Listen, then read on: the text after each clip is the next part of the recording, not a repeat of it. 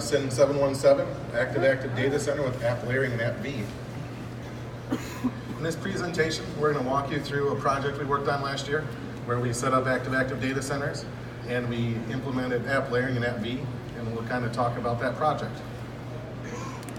Raise your hand if you're here to hear about active data centers. Nice. App Layering or AppV? Even more? Or you just saw a chair and you want to sit down?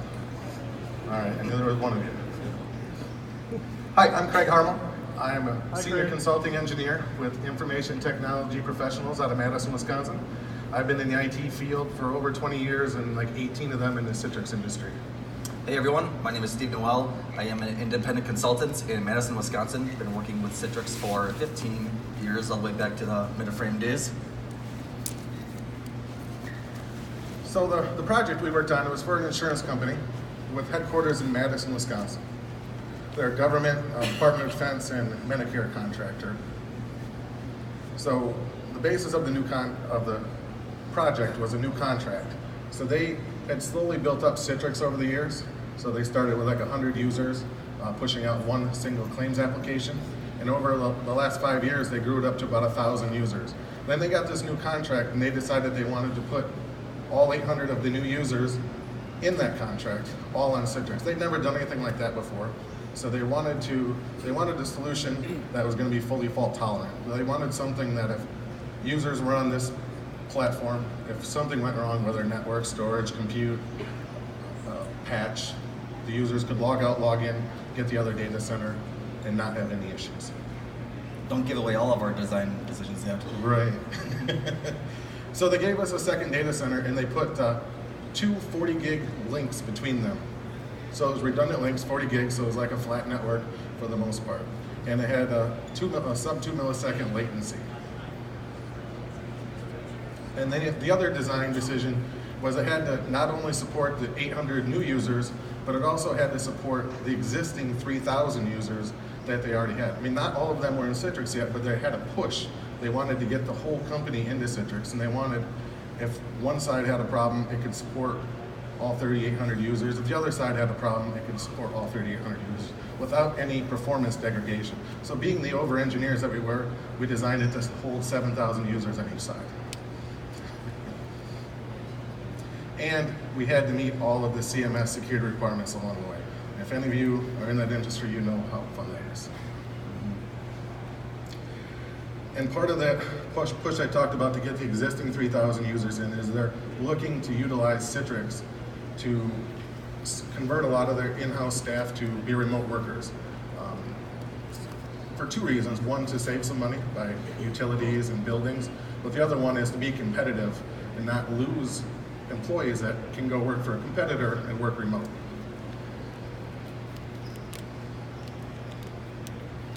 So to kind of paint the picture here for you, we have two data centers, Data Center 1, Data Center 2, connected via redundant dark fiber.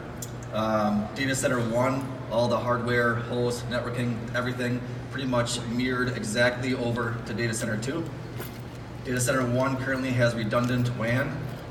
Data Center 2 does not have internet yet, something they're looking at. So we have a couple design considerations here. Active or active passive? Do we send users to both data centers, or do we have more of a active standby type of setup where we send users over to the secondary upon a catastrophic event or something similar? So same thing with the VDA as with GSLB. You know, do we do active? Can we do active passive? You don't necessarily have to have an active GSLB setup with an active VDA setup. You can choose one or the other or both or what you want to do. Does it make sense to use optimal gateway routing if you only have internet at Data Center 1 as opposed to 2? So what do we do there?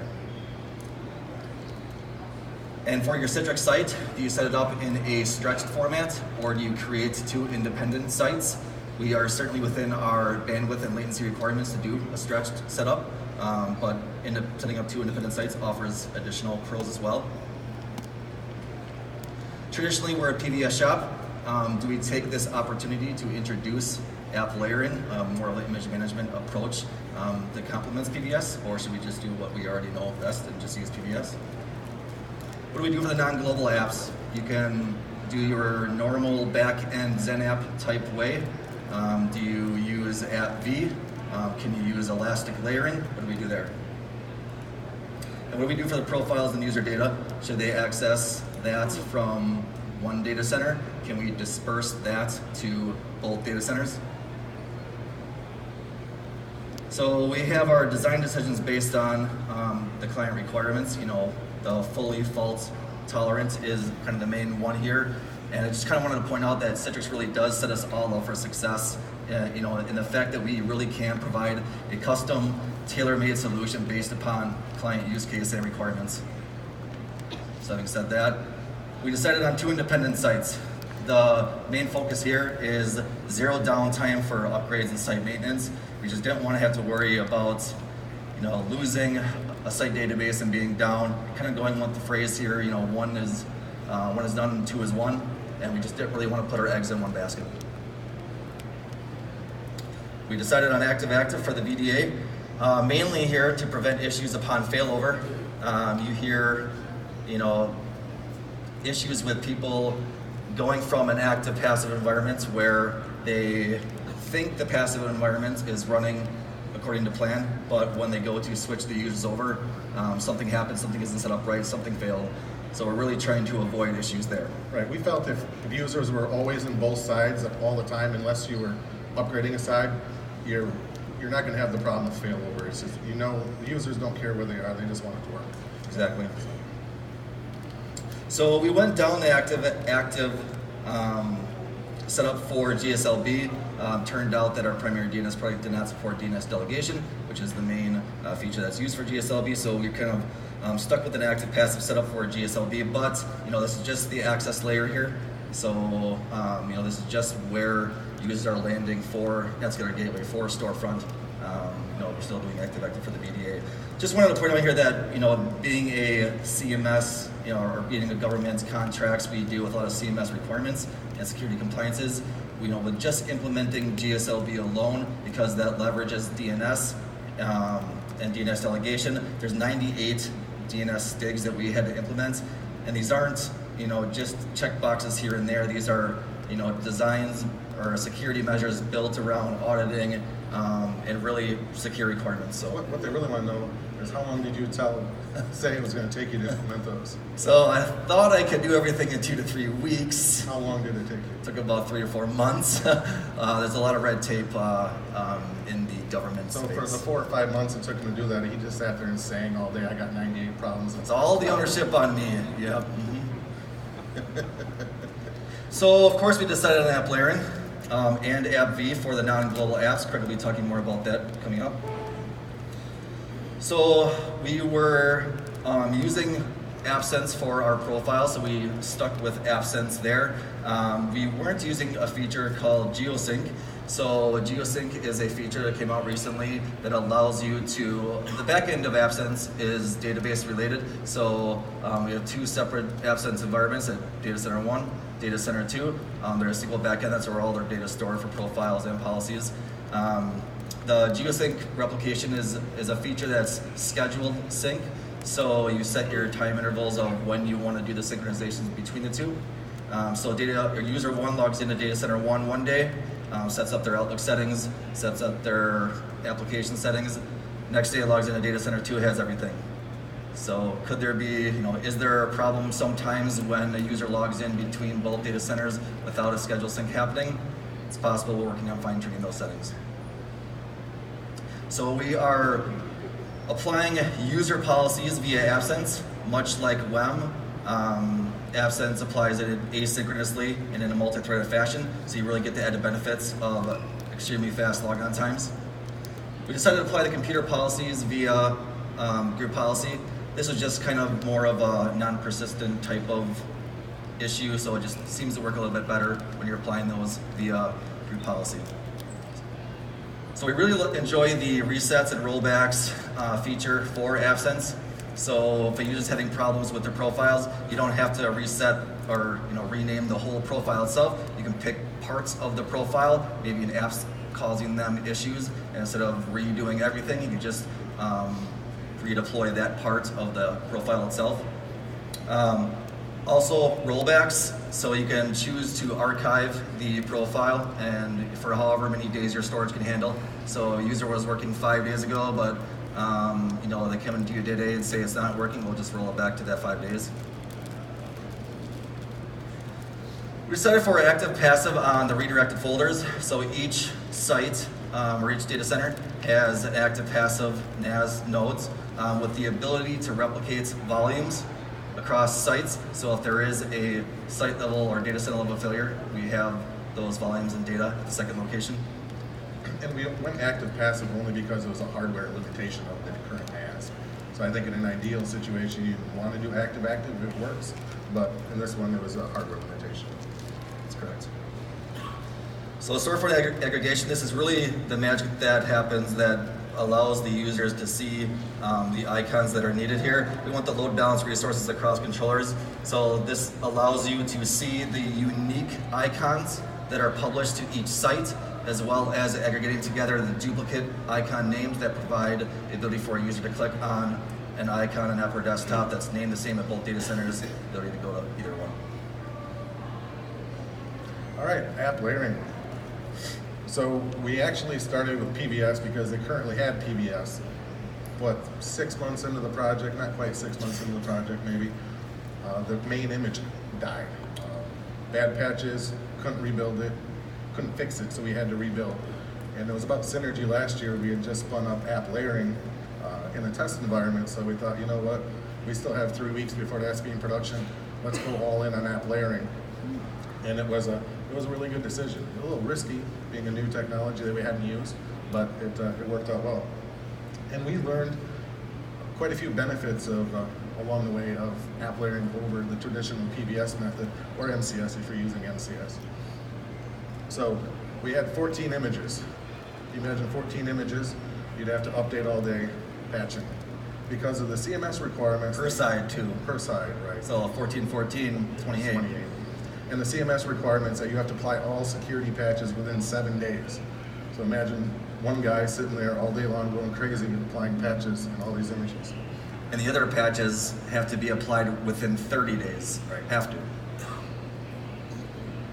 So with applying all those patches, you have problems. You have patches that fail, updates that fail, and you got to roll back. In the traditional PBS or MCS method, you have to roll back the whole image. With app layering, you can just roll back to one layer. And that really saved us. So if we had 10 updates that were in just one problem, we could just roll that one layer back, push out a new image, and we're good to go. And then there was native compatibility for all the applications. So you didn't have applications stepping on each other if they're installed in the same image, because each app has its own layer. And then, like, the real beauty that I found was the central management. So if you had active data centers and you have MCS or PBS, you have an image on this side, you have an image on that side, and you got to manage both of them. You put an update in here, you got to put the update in there. With app layering, what we did, we just had one app layering appliance, and we would put all the apps in, and we'd have different platform layers. So if you had different drivers over on this side, we were running NVIDIA grid cards. Since one data center was newer than the other, they had different NVIDIA cards on the other side, so we had a different platform layer. So we would just take the same image, switch out platform layers, and push the same image to one side. So now you're managing your apps in one place, but able to spread them out to multiple data centers. And once you start going to the cloud, you can do the cloud connector too. Take that same image, shoot it up to the cloud, whether Azure or Citrix or wherever you're looking. I talked about the platform layers. The platform layers were helped. The one thing that we really learned was try and keep as much configuration out of the layers as you can, and keep it in group policy or some other policy method. Because the more you can keep out of the image and apply settings after the fact, the less amount of layers. You won't have to start having data center specific layers. You can just have global layers, and we can apply the data center specific settings after the fact. And delivery of new desktops was much easier. So we'd have a new department call up and say, hey, I need this image with these apps on it. I could just go in there, click the OS layer, click the 5 or 6 apps that they needed, hit the platform layer, hit go, and in 40 minutes sometimes? We got a lot of apps toward the end. So 40 minutes later, boom, I have a desktop up for them. Whereas the old method, you'd have to spin up a new image from scratch, patch it, apply all this, apply all that. But here, you're just good to go. Oh, and the customer loved the best part. It was free with their current Citrix subscription. So it's another great benefit of this. If you are a current Citrix subscription holder, you get App Layering. When we did utilize the existing PBS infrastructure, we just had App Layering push the image to PBS. Each side had its own PBS farm that managed the resources on either side. AppV. So we decided to use AppV for any app that wasn't global. So if not every user needed it, the app went in AppV. And that allowed us to decrease the image count from 14 down to 5, because there were a lot of claims apps, other apps where they'd have 7 different variations of that app. So they'd had 7 different images of that app. But now we can take it and just create 7 different AppV packages. Since they're isolated, you can apply them all to one image. And then it goes back to all the patching, right? All the time saved in patching it. And your delivery time of the apps was much quicker, because you could just push out a package, push it to a test server. Users could test it quickly other than, and then we utilize the same AppV package for PCs as well as for the users that were in SYN app. And that allowed the app team to really save some time. They didn't have to manage an application in Citrix and for PCs separately. They could do one single deployment method and push it out in multiple directions.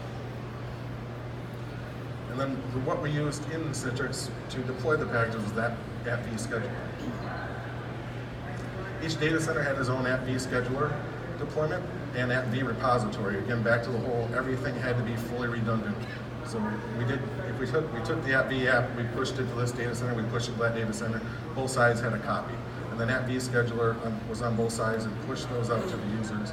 So, and we also had a test version for that. So we pushed an app to test, we pushed an app to prod, so nothing ever stepped on the toes. We wanted to keep prod clean. We didn't want to do much testing in production. Another example of creating, or having one or multiple layers for AppV scheduler deployments, since the registry key is, it points to a specific NAS location, we'd have to have multiple layers for, for that specific NAS location. Instead, don't put the NAS location in the registry in that layer, deploy it via group policy or something after the fact. Right. And then that allowed us to take those layers and make it down to one prod and one test as opposed to one for each side. So final design architecture, what does that look like? Pretty much you can see here, you have data center 1, data center 2. Pretty much again, an exact mirror of each other, all the way from the, can't really see the laser pointer. See the NetScalers up there, all the hosts and the hardware, all the same, pretty much identical storefront director, PVS, AppSense, your SQL HA clusters, everything. Notice over here we have the ELM appliance. No need to have 2, just use a normal backup method to back up that one and you're good to go. Just make your life harder if you have 2 of them. So what does it look like coming in from a user?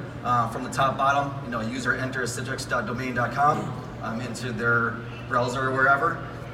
They, based upon GSLB of the NetScaler gateway, will send you to one side or the other. After you get sent to the NetScaler, you authenticate.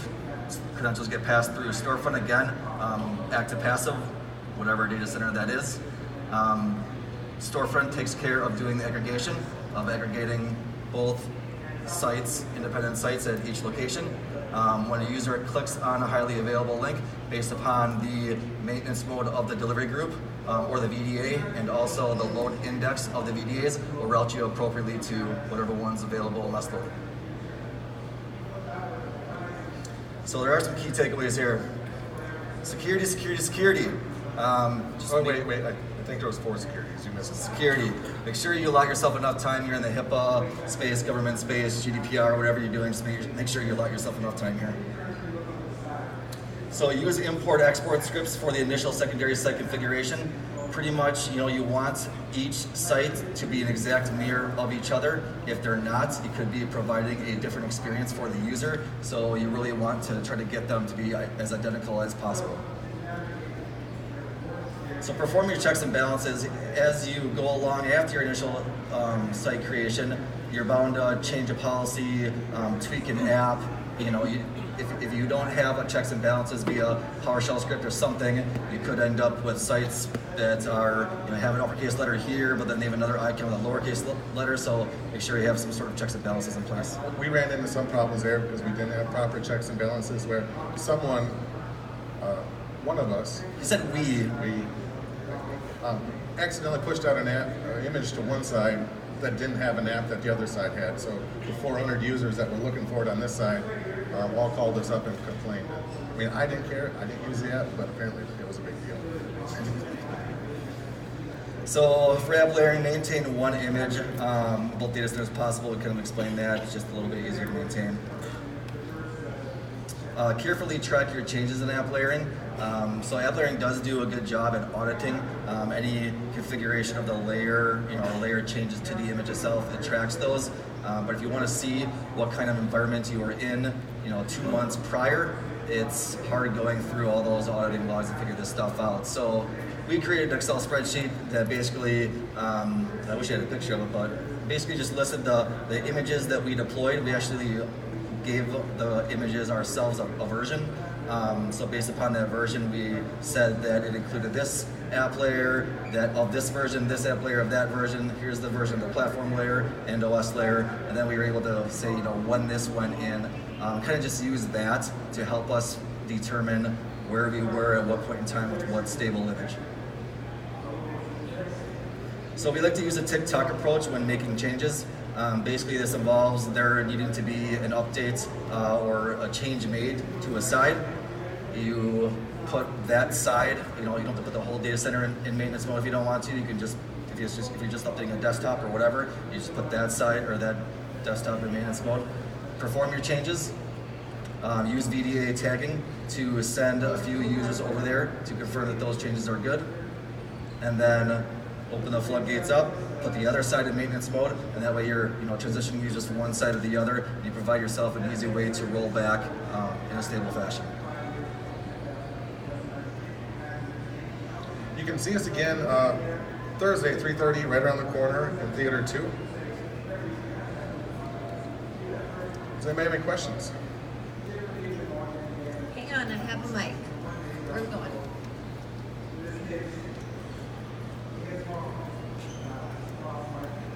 Why did you choose AppV Scheduler over the AppV Microsoft infrastructure? It was simple. There was nothing to do, no components needed. It was just a simple plug-in. No hardware needed of any kind, just a simple agent that goes in the VDA itself, and then you need a share, and that's really it. And you just hear so many good things about it on social media and everything, and we POC'd it.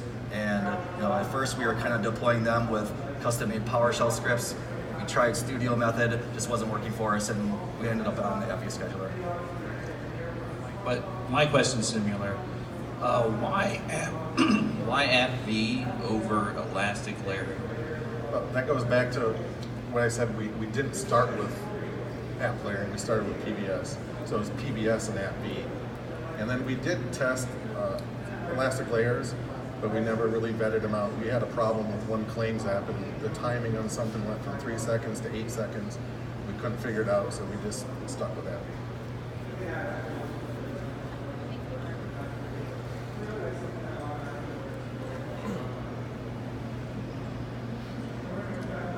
So you were creating a backup or disaster recovery for VDI machines themselves. What about any servers that they were accessing? Was anything?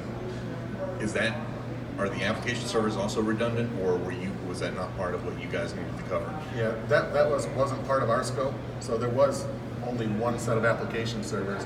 The Citrix environment as a whole was redundant, but the back-end apps, that was still single point of failure. You mentioned you were using Absence for your user profile layer. What was that? Because it was existing, they already had Absence, or did you choose that for this scenario?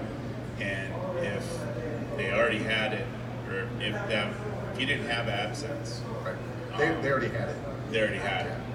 If you had to use the user layer part of the app layering, would that work, and would you have been able to make that work? Would that ever have been a consideration to use that? I think it was definitely would have been a consideration. I mean, it wasn't ready then. It's starting to get ready now, so it's definitely something to revisit because that gives you more functionality as an outlook with searching and indexing. Well, and if you had to use the user layering with the constant changes going to that as the user's logged on, how would you replicate those changes within that app layer? Or wouldn't you know how to answer that question? Just Right. Can't do Right. it unless it's, not in a locked state. And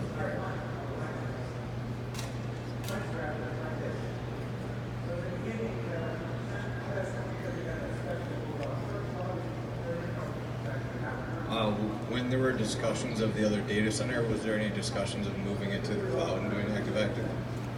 Yes, there was discussions of that, but being the government contractor, that they don't have a cloud that they can use. main requirement there is a FISMA high type of a standard, which is a pretty high requirement that a lot of data centers don't. Yeah, how did you handle the image replication from site A to site B?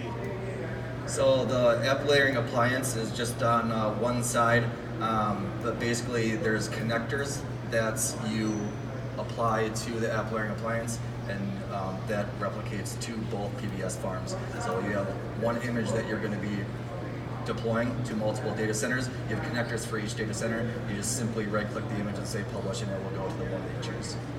We just change the platform layer, push it to that data center, change the platform layer, push it to that data center. 1 second. Here.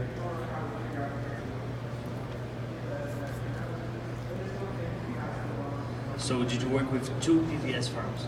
Correct. You have separate PBS farms at each location. Any other questions? All right, make sure to rate this session in your mobile app and provide feedback, or you can tweet feedback or other questions later. Then tweet about this, and then before you leave, make sure you do your survey to get your gift card.